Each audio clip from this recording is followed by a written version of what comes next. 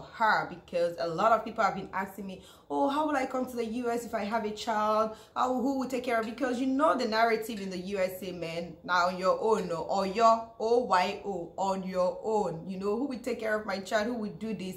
So she's going to be answering all those questions for us today. Guys, in the spirit of Christmas, can you see the beautiful Christmas tree behind me? Can you see it? Christmas is here, Christmas is coming.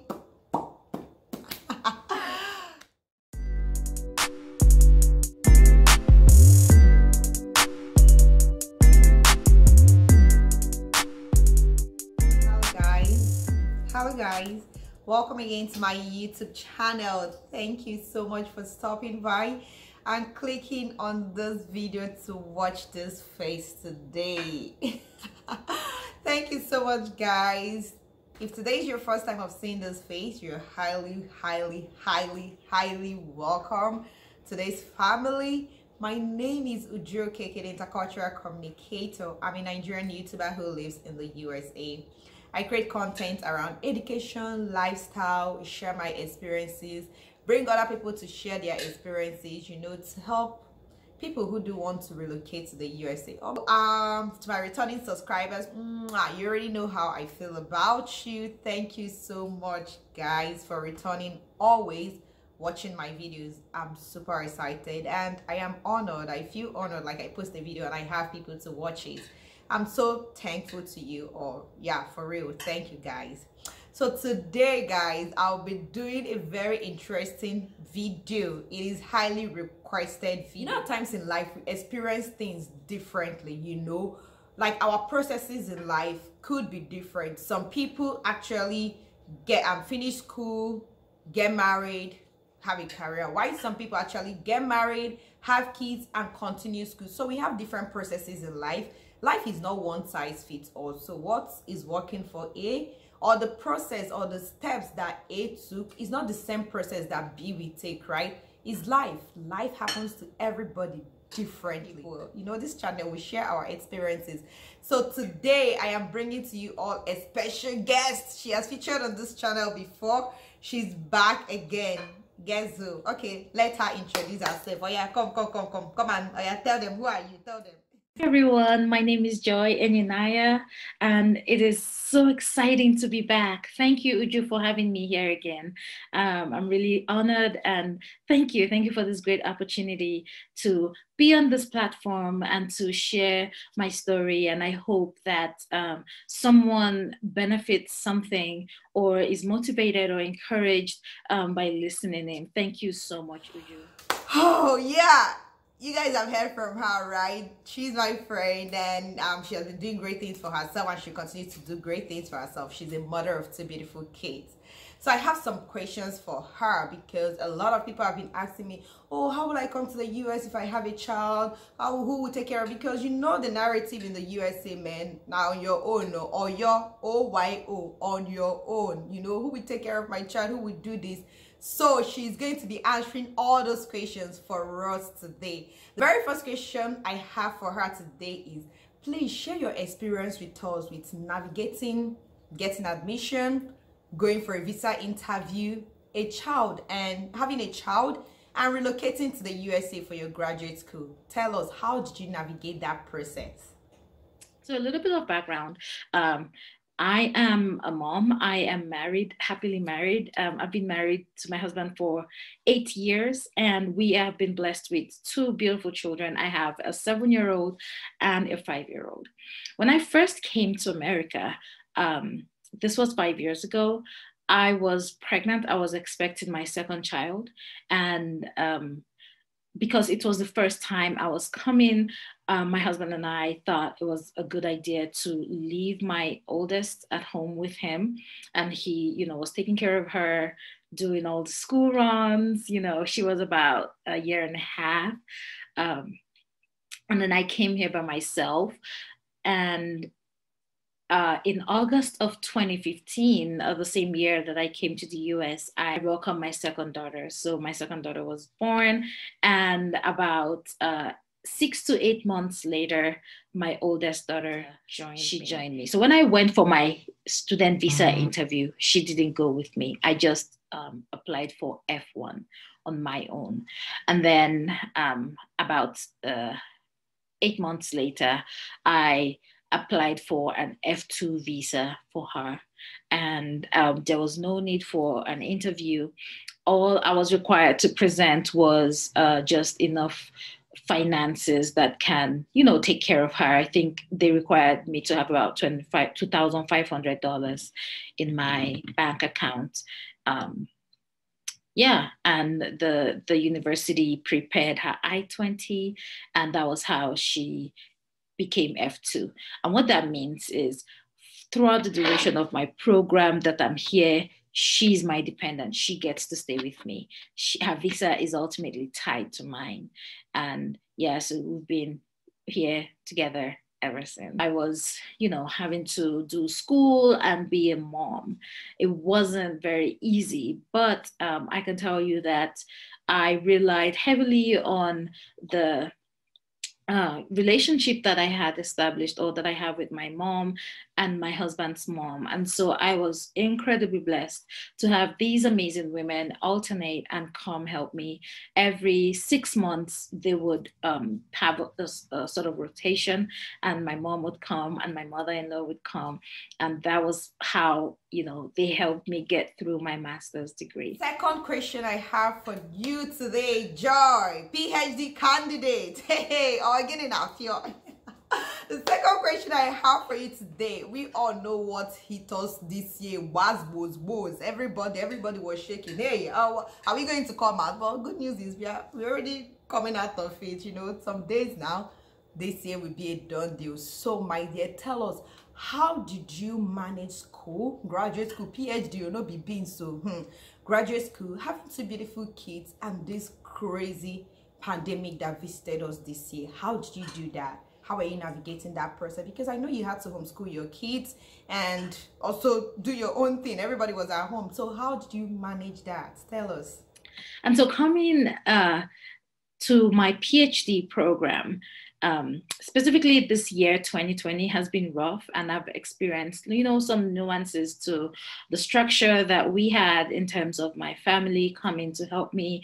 Because of COVID, they couldn't travel, right? And so I've had to figure out how to keep moving forward.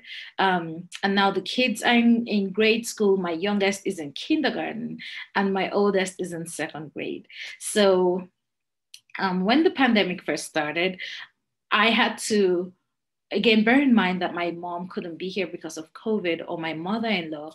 So I had to talk to a couple of friends who had kids that were the same age as my kids. And we set up a pod system. And what this pod system was my friend got to teach my children on Mondays and Wednesdays. And these were the days that she got off from work. And because I'm an instructor at CSU right now, while concurrently getting my PhD, I offered to teach her children and my children on Tuesdays and Thursdays. So that was kind of how we made that work. I also remember that prior to this semester with COVID, and last fall, there was a woman, a wonderful, lovely woman, the mother of a friend, and she offered to help me with the children. So the kids, before COVID became as serious as it is right now, the kids were still going to school. They ride the bus. And that was actually my last semester of coursework. So, graduate classes, if you don't know this, it depends on your program and where you're at. But at CSU, where I was having my program, a lot of graduate programs were done in the evening. And in the evenings was, the kids were supposed to be back from school. When I say evening, I mean typically from 3, sometimes 3 to 6, or I even had a class that ran from 6 to 9 p.m. at night. So, it was a bit of a bind, at that time. And so I reached out to my friend's mom, and she, I paid her. It wasn't a free service, but I recommend that if you are interested in this journey, you reach out and you talk to people, especially people that have their moms with them. They will offer to help watch your kids. And so this wonderful woman, she had her grandkids that went to my kids' school, and she usually picked them up from the bus stop. And so she would help me pick up my kids as well and take them, to their home and watch them until I was done with classes. And the cost to me was way less than how much it would have cost me to pay, a babysitter or a daycare service. Yeah, she was amazing. Again, I am incredibly grateful to her. But yeah, that has kind of been how I've navigated childcare during the pandemic, and getting out. So the last question, do you have any advice, like motivation? What can you tell people who are out there who do want to follow their dreams, to come and further their studies? Because there's this crazy narrative. Some people believe that, oh, okay, I'm not married, I have a child, it's finished, that is the only achievement, or it's a done deal, I can't do any other thing, I just have to take care of my family. If that's what you think, good for you. But there are some people out there who do have this family, have kids, and they want to actually further their education. What can you tell them? Yeah, management.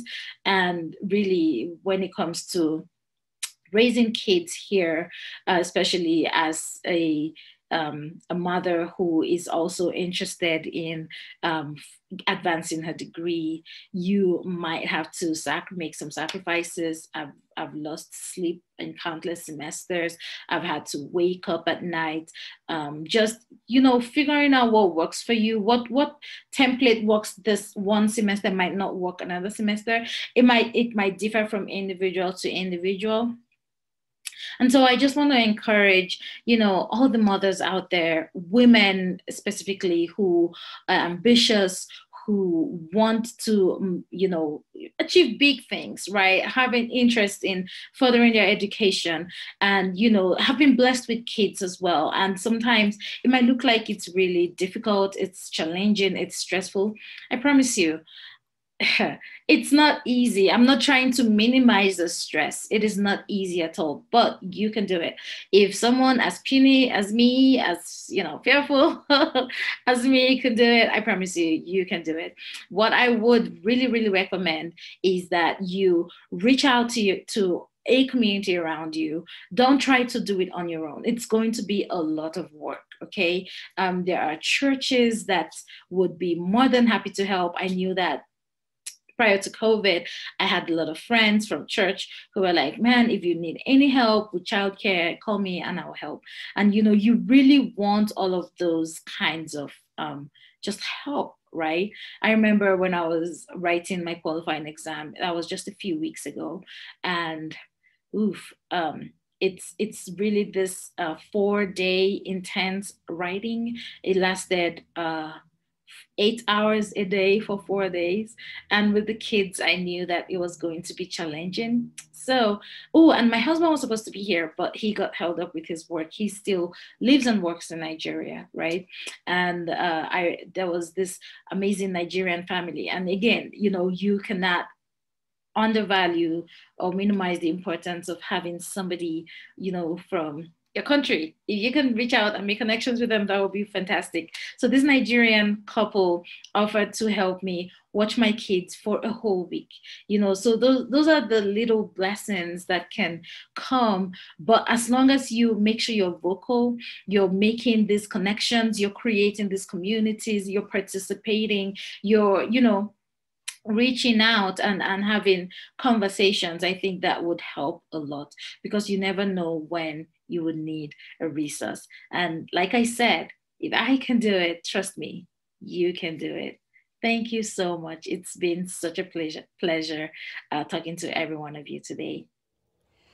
Oh guys, you guys have heard from Jo. You guys have heard everything she had to tell you. She did it. A lot of other strong women out there are doing it, and I know that you won't be an exception.